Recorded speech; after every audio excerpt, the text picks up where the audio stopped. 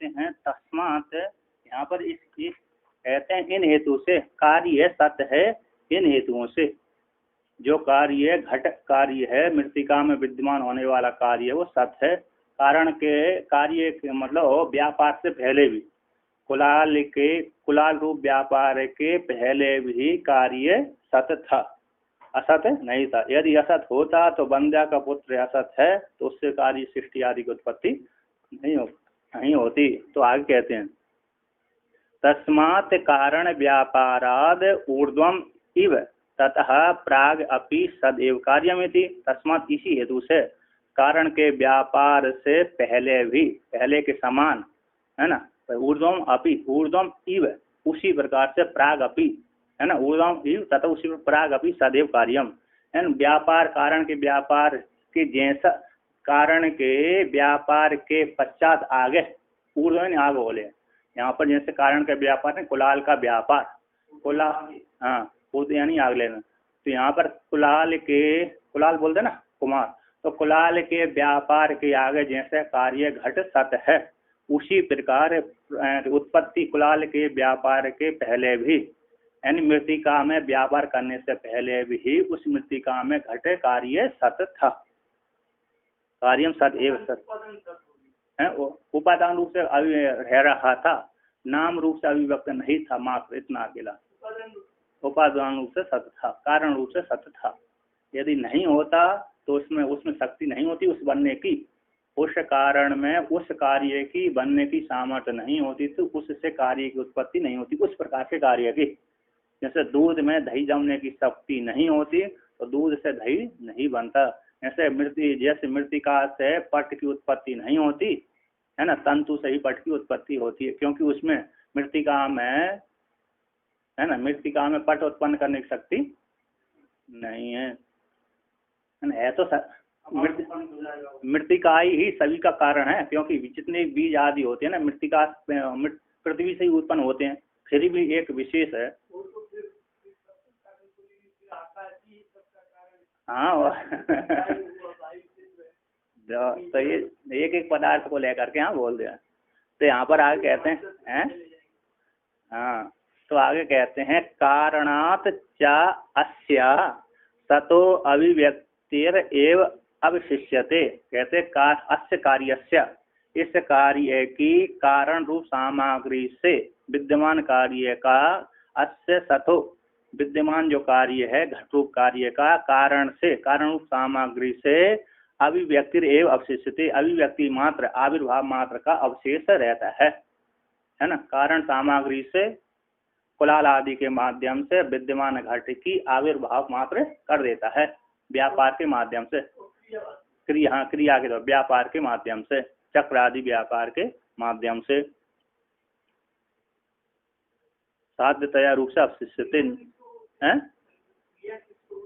क्रियतिथि क्रिया व्यापार हमारा क्रिया वृत्ति है, तो हमारे चेष्टा आदि हो रही है ना, प्राण है, इंद्रिय जा रही हैं, वृत्ति बन रही है, ये व्यापार हो गई, ये क्रिया तो हो गई। चेष्टा करना, मन को वहां पर ले जाना है ना, इंद्रियों को वहां पर ले जाना, उस प्रकार का चिंतन करना व्यापार कहलाता। वृत्ति उसमें अभिव्यक्त हो जाती है, उस प्रकार का वृत्ति बन जाती है। चेष्टा इन व्यापार पूर्वक ही वृत्ति बनती है। मानसिक क्रिया हो गई, मन के द्वारा वृत्ति बन जाती है। जब यदि चेष्टा हम नहीं करेंगे, जैसे निरोध हो जाता है, सुसुप्ति में निरोध हो जाता है, समाधि में निरोध हो जाता है, वहां पर मन का, चित्त का, वृत्ति का कोई भी व्यापार नहीं होता, इसलिए समाहित हो जाता है ना, तो वहां पर व्यापार नहीं हो रहा, तो हमारा कार्य नहीं, कुछ भी संज्ञान नहीं हो रहा। हाँ, कर्णों का व्यापार क्रिया हो गई वहाँ पर। यहाँ भी कर्णों से ही हो रही है, शरीर के माध्यम से कर्ण ही चल रहे हैं। तो प्राण के माध्यम से होता है, सारा प्राण है, प्राण ही क्रिया होती है।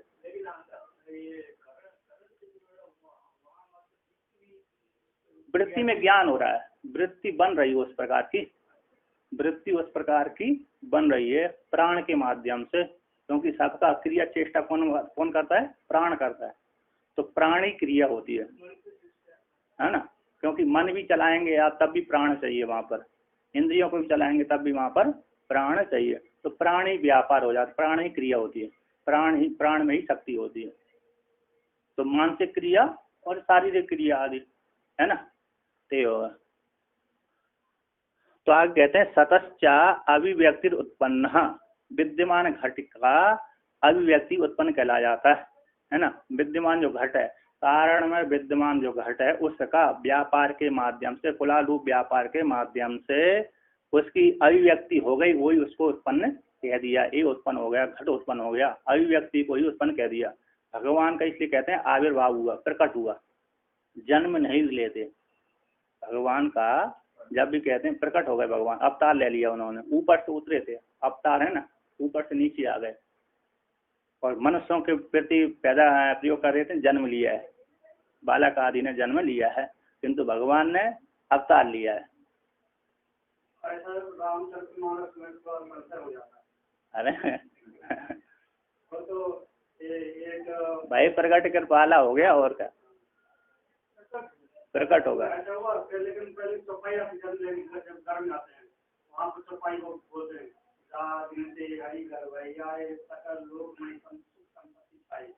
हाँ तो आए तो ऊपर से आए ना, फिर वहाँ पर आविर्भाव तो आए हैं वो,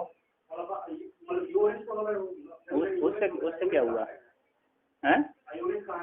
हाँ तो उसमें क्या, कोई संशय थोड़ी, आविर्भाव मात्र हुआ। ठीक है, आप भी तो आविर्भाव ही हुए है क्या नहीं, आप भी आविर्भाव, और क्या। तो यहाँ पर कहते हैं, हाँ कहते हैं यथा पीड़नेन तिलेषु तैलस्य, उदाहरण देते हैं, दृष्टांत देते हैं, ऐसे पीड़न के द्वारा तिल में तेल की अभिव्यक्ति हो जाती है। पहले से ही तिल में यदि तेल नहीं होता तो उसमें तेल है, तिलों से तेल नहीं निकलता। जैसे बालू में तेल नहीं होता, इसलिए बालू में तेल ना होने से उसके कई बार पीड़न करो तब भी उससे तेल नहीं निकलता। योग वासिष्ठकार कभी कभी कहते हैं यद्यपि बहुत मानवीय लिया जाए कि बालू से भी यदि तेल निकाल लिया जाए, ऐसा प्रयोग कर देते हैं। हाँ ऐसे कर देते हैं। तो कहते हैं यहाँ पर तिलों में तेल पहले पीड़न के द्वारा अभिव्यक्त कर देते हैं।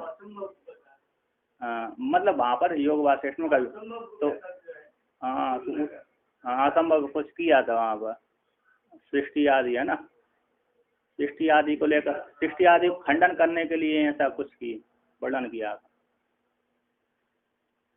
राम जी ने भी मन को चंचल रोकने बड़ा मुश्किल है, मन के विषय में वहाँ पर शायद किया था, कहीं ऐसा प्रयोग कर देते हैं, एक आध दो बार आया है, मैंने सुना ये बात है ना। तो यहाँ पर कहते हैं तो तिलों में तिल में जो तेल का पीड़न के द्वारा अभिव्यक्ति हो जाती है। अब घाते हैं धानेशु तांडुलानाम, और कहते हैं तांडुलों को धानों में, कहता है धान्यों में अवघात के द्वारा तांडुलों की, चावलों की अभिव्यक्ति हो जाती है। जब तक अवघात नहीं करते तब तक तुष्ट से युक्त रहते हैं, जब अवघात कर देते हैं तो तांडुल की अभिव्यक्ति, चावलों की अभिव्यक्ति हो जाती है। कहते हैं दोहने ने सौरभेशु पैसा, जब सुरभि गाय में विद्यमान रहने वाला दूध, उसका दोहन के द्वारा अभिव्यक्ति हो जाती है। यदि पहले से उसमें ना रहता तो दूध आदि की अभिव्यक्ति दूध नहीं देती, बाद दोहन के बाद ही। कहते असतः करणे तो न निदर्शनम किंचित अस्ति, कहते हैं अभिव्यक्ति में, कहते हैं असत का कारण मान्य, असत के अभिव्यक्ति में तो निदर्शन दृष्टांत किंचित न अस्ति। असत्य वस्तु के, कहते असत्य वस्तु के अभिव्यक्ति में, कारण यानी अभिव्यक्ति में घटे जो कार्य असत्य है, ऐसी उसकी अभिव्यक्ति में कोई दृष्टांत नहीं है। सत्य की अभिव्यक्ति में ही दृष्टांत होते हैं। जैसे असत हो गया आकाश का पुष्प, उस कहते आकाश का पुष्प सुगंधी वाला है, हमको सुगंध आ रही है उससे, आकाश के पुष्प से, इसमें कोई दृष्टांत नहीं है। जो वस्तु विद्यमान नहीं है ऐसी उसकी अभिव्यक्ति में कोई दृष्टांत नहीं है, किंतु पहले से जो विद्यमान है उसी के विषय में ही दृष्टांत होता है। तो निदर्शन या दृष्टांत है। कहते असत वस्तु के करने में निदर्शनम यानी दृष्टान्तम किंचित अस्ति न, कोई भी दृष्टांत नहीं है। न खलु अभिव्यज्यमानम चा उत्पद्यमानम वा क्वचित असत दृष्टम येन क्योंकि खलु अविव्यज्यमानम अभिव्यक्ति और उत्पद्यमान अव्यक्तमान अव्यक्ति अथवा उत्पत्ति कहीं पर है असत की नहीं देखी गई है। अभिव्यक्ति कर दिया, आविर्भाव कर दिया अथवा उत्पन्न कर दिया, ऐसा कहीं पर भी नहीं देखा गया असत वस्तु का, है ना। यदि घट में तंतु में अरे पट की तंतु नहीं तंतु ने तंतु में घट की घट तंतु में घट नहीं होता। जब घट नहीं होता तो ना तो तंतु से घट का आविर्भाव होता है ना ही उससे उत्पन्न होता है। उसको कहीं पर भी असत तंतुओं से घट रूप असत की उत्पत्ति नहीं देखी जाती। तो वहां पर भ्रांति से हो रही है ना, सादृश्य को लेकर के, अन्यथा ख्याति आदि को लेकर के। अन्यथा ख्याति आदि भी हो रही तो पहले कहीं उसको सत्य आपने स्वीकार किया है। भ्रांति भी जो हो रही है ना, आपको किसी देश विशेष में उसको सत्य तो स्वीकार किया है तभी।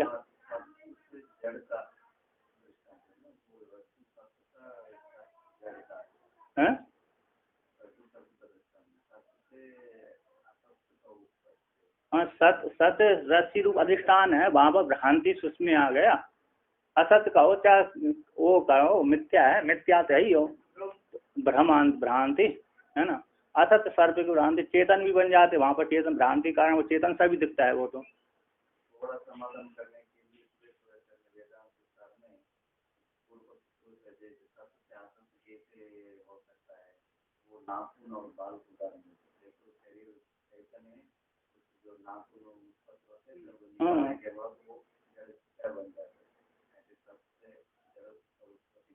हो जाती है सत्य वृश्चिक आदि से, है ना, गोबर से वृश्चिक आदि को तो हमारे से ही जुआ निकलते हैं, हमारे शरीर से ही पसीना के माध्यम से जू पैदा हो जाते हैं, है ना। यहाँ पर तो नहीं है, फिर भी हो जाए, शरीर में होते कि नहीं होते, हो जाते हैं।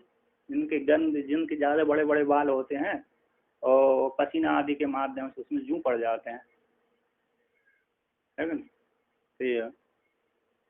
तो आप कहते हैं इतश्चा कारण व्यापारात प्राक सदैव कार्यम, इस हेतु से भी कारण के व्यापार से कार्य घट जो सत्य ही था।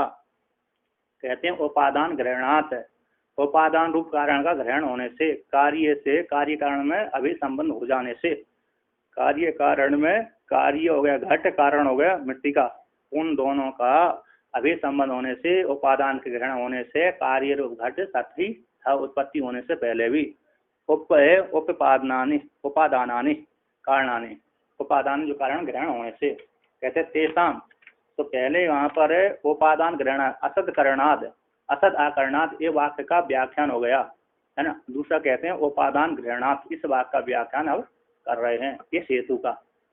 कहते हैं तेसाम ग्रहणम कार्यण संबंध, तेसाम उन कार्यों का, तेसाम उन उपादानों का ग्रहण, है ना, कार्य के साथ संबंध ग्रहण किया गया है ना, कार्य कारण का संबंध ग्रहण किया गया है। उपादान है कार्य संबंध इति यावत, कहते उपादानों के साथ कार्य का संबंध को ग्रहण किया गया है, संबंध होने से, उपादानों के साथ कार्य रूप कार्य का संबंध गृहीत होने से, है ना। जैसा पिता होता है, पिता और माता जैसी होती हैं, काली अथवा गोरी होती हैं माता पिता दोनों में, तो उसकी संतान भी उसी प्रकार की प्राय करके होती है ना।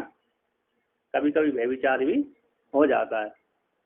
तो एतद उत्तम, तो यहाँ पर भी घट आदि है ना, पाकजन्य आदि से लेकर के लाल पीला कम जा, अग्नि के संयोग से थोड़ा थोड़ा कैसे हो जाती है, कच्चा पक्का को लेकर के काला पीला आदि हो जाता है पाकजन्य संयोग से, पाकजन्य संयोग से।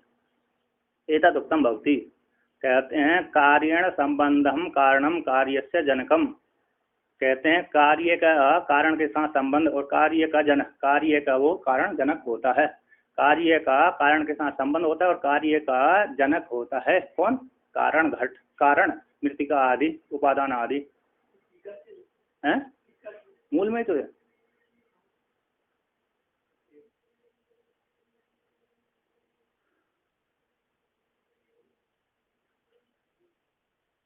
तो आगे कैसे,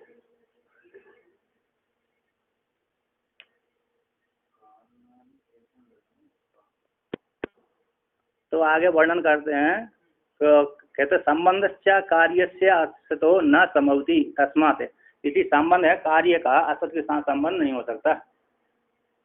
कारण असत है, जब कारण असत है तो उसका कार्य के साथ संबंध नहीं हो सकता।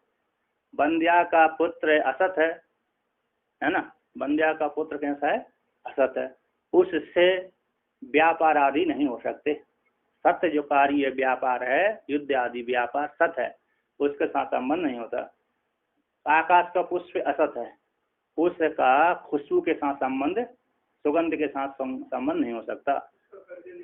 हाँ, सत्य जो कार्य सुगंध है उसके साथ असत्य खा पुष्प का के साथ संबंध नहीं हो सकता। असत खा पुष्प रूप कारण के साथ सुगंध रूप जो कार्य सत है उसके साथ संबंध नहीं होता, तो न संभव होते। तस्मात इसी हेतु से उपादान के ग्रहण होने से कार्य उत्पत्ति होने से पहले सत था, कारण रूप से विद्यमान था। कहते स्यादिद्रत, इसी को लेकर असंबंधम एवं कारण ही कार्यम कस्मात न जानते। कहते बिना संबंध के ही, पूर्व पक्षी कह रहा है स्यादिद्रत, बिना संबंध के ही कारण कार्य का संबंध मत मानो, तो बिना संबंध के ही कारणों के द्वारा कार्य क्यों घृत नहीं उत्पन्न क्यों नहीं होता, है ना। बिना संबंध के ही कारणों के द्वारा कार्य की उत्पत्ति क्यों न मानी जाए, तो तत्सचा ऐसी प्राप्ति हो जाने पर कहते असत एव उत्पत्स्यता, असत एव उत्पत्स्यता इति कहते हैं। यदि असत से ही उत्पत्ति मानेंगे तो सर्वम कहते सर्व संभव अभवात, है ना। कहते असत ही उत्पत्स्यते, यदि असत की उत्पत्ति मानेंगे, ठीक ना। तो कहते हैं, तो इसमें हेतु देते हैं, एक आया था पीछे, दूसरा हो गया, तीसरा कहते हैं यहाँ पर सर्व संभव अभात है, सभी के कार्य के सभी के साथ संबंध नहीं हो सकता, सभी कार्य का सभी कारणों के साथ संबंध नहीं होता। तो तंतु से पट की उत्पत्ति होती है, घट आदि की उत्पत्ति नहीं होती। यदि बिना संबंध के ही कारणों से कार्य की उत्पत्ति मानेंगे तो व्यभिचार आदि की प्राप्ति होने लगेगी।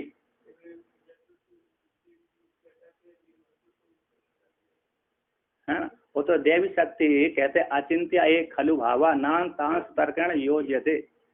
एक वाक्य आता है, अचिंत्य एक खलु भावा न तांस तर्कण योज्यते, जो हमारी मन और वाणी के विषय से परे है उसको तर्क में नहीं जोड़ना चाहिए, है कि नहीं। वो ईश्वरी शक्ति है, वो तो ईश्वरी शक्ति तो ईश्वरी होती है, उसको खंडन कोई अपवाद हो जाता है। ईश्वर की शक्ति है ना, वो हम साधारण लोगों के से परे रहती है। वो इसी योगी हम लोगों से परे रहता है ना। योगी में इतनी सामर्थ्य रहती है, ऐसी सामान्य न्याय रहता है ना। सामान्य न्याय सामान्य में घटता है और विशेष अपवाद हो जाता है, जैसे सिंह ऋषि का एक सिंह अपवाद है, वो है कि नहीं, वो अपवाद हो जाता है।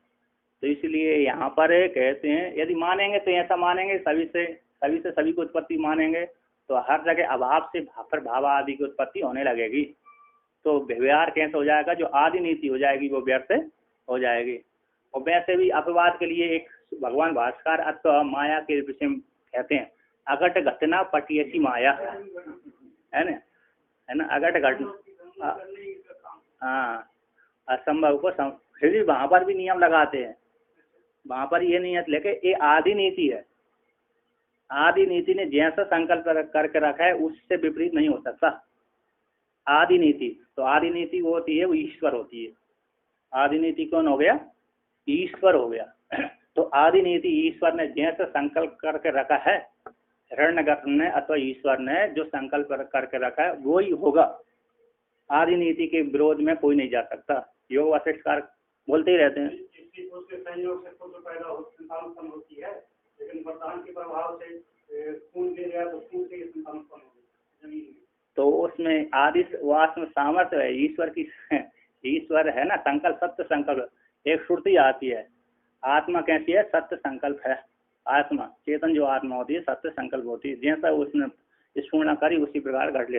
ये सामान्य नियम की बात है, वहाँ पर ईश्वर शक्ति मन वाणी का विषय नहीं होती है कि नहीं। ईश्वर की शक्ति अपवाद हो जाता है। जैसे शिव जी के पुत्र का अरे 6 सिर है कि नहीं। और अभी सामान्य मनुष्य के लिए तो एक ही सिर आदि होता है सामान्य मनुष्यों के लिए, और वो अपवाद वाले होते हैं चमत्कार पैदा करने के लिए, है कि नहीं। सनत कुमार के 6 पुत्र हैं कि नहीं, अच्छे 6 वो मुख हैं। सनत जी है वो स्कंद भगवान के, संत कुमार ही स्कंद बने थे। एक पक्ष में संत कुमार स्कंद बने हैं, स्कंद। एक पक्ष में शायद विष्णु भी बने, विष्णु गणेश जी बने थे, विष्णु गणेश जी हैं। विष्णु के अवतार गणेश जी हैं। कहीं कहीं हैं। तो यहाँ पर कहते हैं, तो कहते असद ही उत्पत्ति से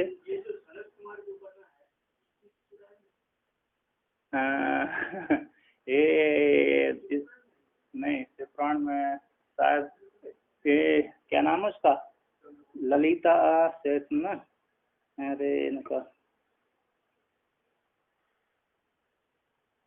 इन्होंने परशुराम जी ने एक ग्रंथ लिखा, परशुराम जी के शिष्य ने एक ग्रंथ लिखा था,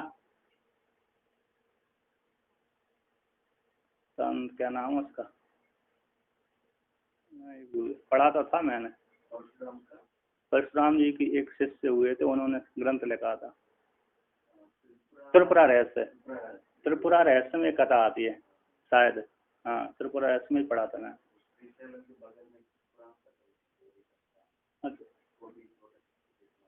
त्रिपुरांतकम वहाँ पर त्रिपुरा के अंतक करने वाले शिव जी, तो वहाँ पर शिव जी के साथ देवी भी रहती है, त्रिपुरांत की हो जाएगी वहाँ पर।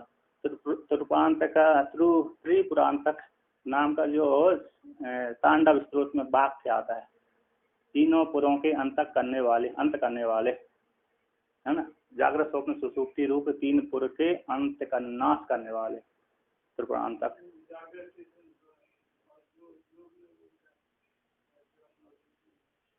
ब्रह्मा विष्णु महेश को भी अंतक करने वाले, अथवा जागृत स्वप्न सुषुप्ति को, अथवा उसमें लेने हैं तो वहाँ पर जो उसको भी ये जाता है। दूसरा इसका भी, इनके तो रूढ़ ही है बाणासुर के 3 पुर को और त्रिपुराक्ष के। हाँ, तो दोनों प्रकार से वहाँ पर अर्थ किया है त्रिपुरांतक शब्द का। शिव महिमन में ही तो किया था, शिव महिमन में जो आया था उसी का अर्थ टीकाकार ने मधुसूदन सरस्वती ने अर्थ किया। तो कहते हैं यहाँ पर, तो असत से ही उत्पत्ति मान लिया जाए, तो कहते हैं सर्व संभव अभास है, सभी कारणों के द्वारा सभी कार्य उत्पन्न नहीं होते, सभी कारणों के द्वारा सभी कार्य उत्पन्न नहीं होते। जिस कार्य का जो कारण है उसी कारण से ही उस कार्य की उत्पत्ति होती है।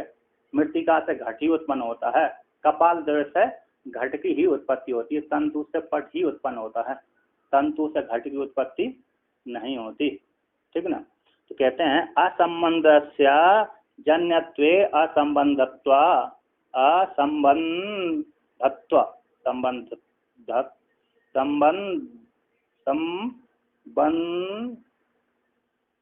असंबंध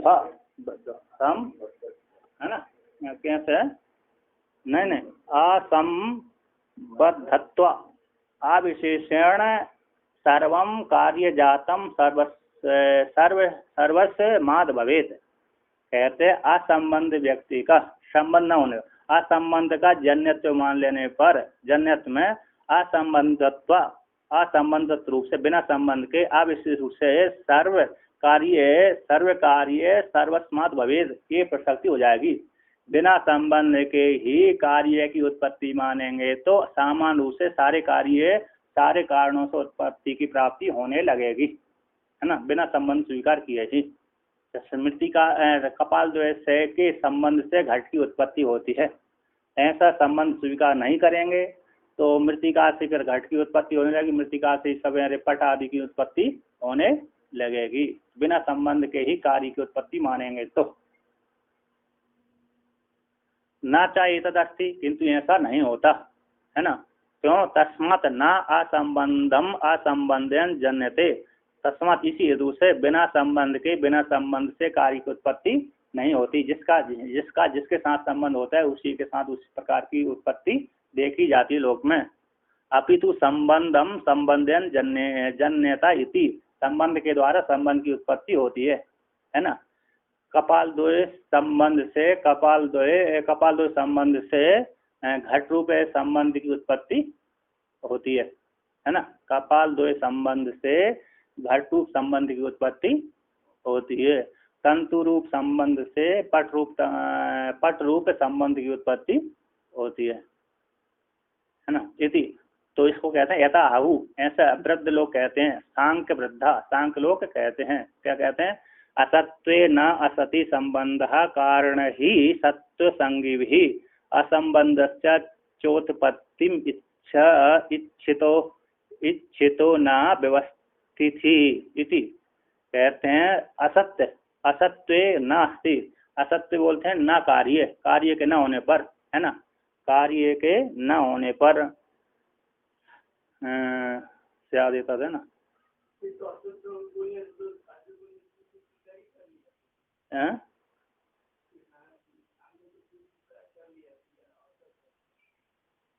कहते हैं नहीं, असत का मुख स्वीकार किया। ना सत्य को बोलते ना कार्य। तो ये है ना, एक श्लोक है, इस श्लोक को जब तक अन्वय नहीं लगाएंगे तो तब तक अर्थ नहीं बोलता। वो तो एक पद में अर्थ लगाना सरल होता है और इस श्लोक में अर्थ लगाना सरल नहीं होता। वो आगे पीछे जो हाँ गद्य में तो सरल हो जाता है क्योंकि ठीक अन्वय रहता है वहाँ पर अन्वय, किंतु वो जो पद में है श्लोक में वो आगे पीछे जोड़ना पड़ती है, उसको जोड़ना पड़ती है ना। ये तो श्लोक को तो यहाँ पर तो ये शब्द के अनुसार है श्लोक बनाना पड़ती है, शब्द को तगड़ मगड़ भगड़ा आदि को देकर के, है ना। वहाँ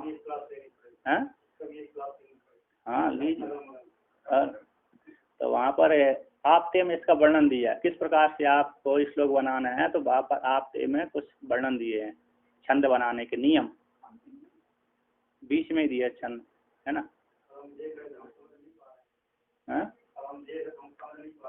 जैसे वहाँ पर नियम रहता है इतने, जैसे अनुक्त छंद में 5वें अक्षर में हर्ष ही आएगा, दीर्घ नहीं आएगा। तो दूसरे पाद के अंतिम वर्ण में शायद दीर्घ आता है। 5वें अक्षर तो हर्ष ही रहेगा किंतु दीर्घ आएगा छठा अक्षर। हाँ शब्दकोश भी होने चाहिए, फिर तो कमजोर है।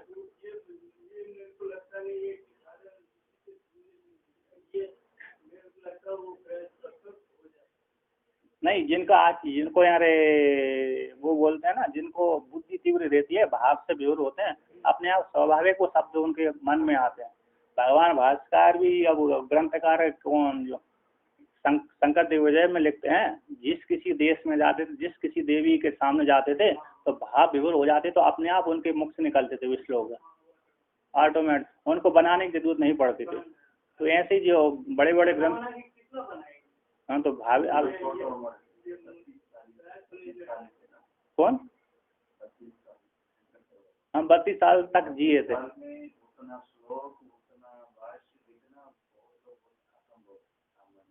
हम तो हाँ विशेष शक्ति वाले हैं ना, वो तो भगवान थे, उनको भगवान की संज्ञा है उनकी, स्वयं शंकर भगवान, और क्या भगवान शंकर ही पैदा हुए थे। हाँ तो उनके लिए तो ऐसे ये ज्ञानदेव जी है ना, क्या नाम ज्ञानदेव का, ज्ञानेश्वर जी, ये भी तो थोड़े ही जिए थे, ज्यादा थोड़ी जिए। कितने जिए? इसने भी 40-50 ही जिए हैं, भी 16-18। हाँ ये भी कहाँ जिए, इन्होंने ज्ञानेश्वर लग गए थोड़े में ही। जब तो ये व्यक्ति सामान्य नहीं होते जो छोटे में चमत्कार पैदा करके चले जाते हैं। विवेकानंद जी थोड़े 40 तक जिए थे, उनसे यहाँ जो भी, तो वो भी ऐसे ही है, बड़ी मेधावी शक्ति रहती है। तो यहाँ पर कहते हैं न असति संबंध कारण ही सत्व संग भी, क्योंकि कहते हैं संबंध है ना, कहते सत्व संगी कारणों के साथ संबंध नहीं होता, है ना। यहाँ पर कहते हैं उत्पत्ति से पहले सत्य, यहाँ पर टीका में इसको वर्णन किया 12 नंबर है। अच्छा, असत्य सत्य न संबंध है, असंबंधानि एव कारणानि कार्यं जनयन्ति नास्ति। कहते हैं न अस्ति संबंध, न अस्ति संबंध कारण ही सत्संगी कारणों के साथ जो संबंध नहीं होता, तो न होने पर तो न असत्य कार्य की उत्पत्ति न होने पर असंबंधस्य असत का उत्पत्ति चंतो। यदि यहाँ पर कहते हैं सत्संगी कारणों के साथ कार्य की संबंध नहीं होता, सत्य संग वाले कारणों के साथ, सत्संग वाले जो कारण होते हैं, मृतिका आदि कारण होते हैं, है ना, सत्संग वाले, उनके साथ यदि कार्य की साथ संबंध नहीं होता तो फिर बिना संबंध के कार्य की उत्पत्ति कैसे होती, है ना। तो वो कहते असंबंध असत कार्य का, जो असत कार्य का असंबंध से असत कार्य की उत्पत्ति चतु न व्यवस्था, उत्पत्ति की जो इच्छा करते हैं वो व्यवस्था नहीं बन पाएगी। इसलिए पहले से ही उन कारणों में कार्य के साथ संबंध है।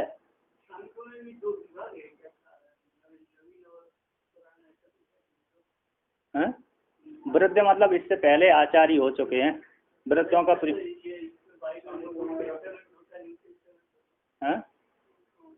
क्या।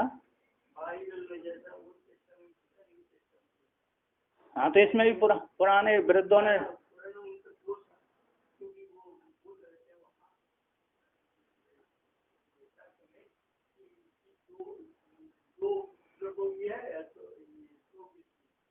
अच्छा मैंने मतलब पुराने तो हैं, बहुत आचार्य है ना, थोड़ा थोड़ा भेद कर देते हैं योग। यहाँ पर हिंदी टीकाकार कहते हैं असत्य कार्य की उत्पत्ति के पूर्व असत्य विद्यमान मानने पर सत्संगी, है ना। असत्य कार्य की उत्पत्ति के पूर्व असत्य यानी अविद्यमान मानने पर सत्संगी सत्ता विशिष्ट कारणों के साथ उन असत कार्यों का संबंध तादात्म्य नहीं हो पाएगा, क्योंकि सांख्य मत में कार्य कारण का तादात्म्य होता है। और दूसरी बात है कि असंबंध असत कार्य की उत्पत्ति को चाहने वाले नैयायिकों के मत में कोई भी व्यवस्था नहीं रह जाएगी।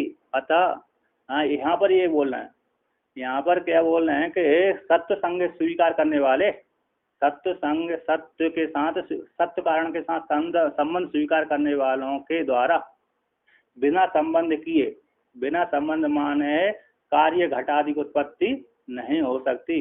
तो वहाँ पर इसी पहले से घट कार्य रूप सत्य की संबंध के लिए पहले से ही घट विद्यमान रहता है, और नैयायिक आदि पहले से ही सत्य संबंध स्वीकार नहीं करते, तो वहाँ पर ये व्यवस्था नहीं बन पाती, वहाँ पर ये व्यवस्था नहीं बन पाती, क्योंकि वो पहले मृतिका में घट सत्य नहीं मानते, तो संबंध नहीं, सत्य स्वीकार नहीं किया, तो असत से सत्य की उत्पत्ति मानते हैं, तो असत किसी भी असत से फिर सत्य की उत्पत्ति हो जाएगी।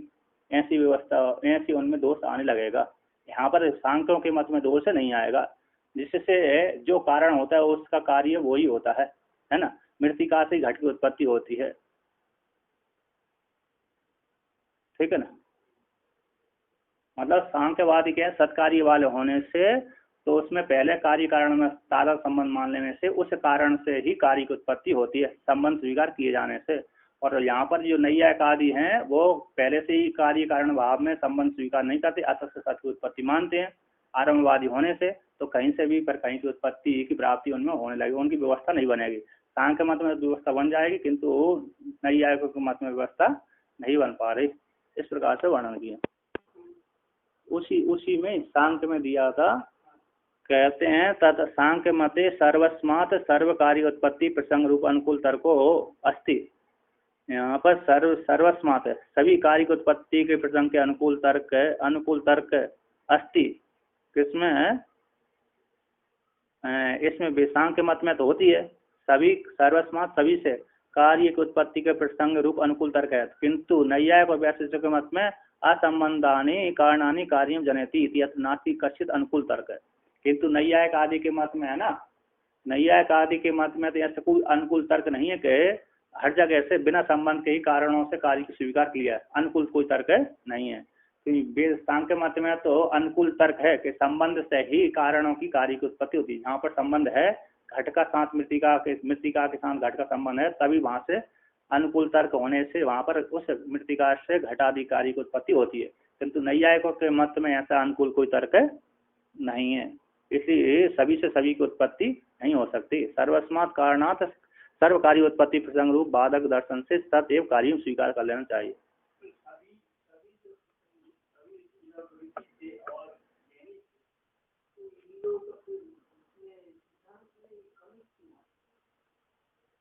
सिद्धांत में कमी नहीं है। सिद्धांत में यदि कमी कर देंगे तो वेदांत पहले से सिद्धांत था, ठीक है ना।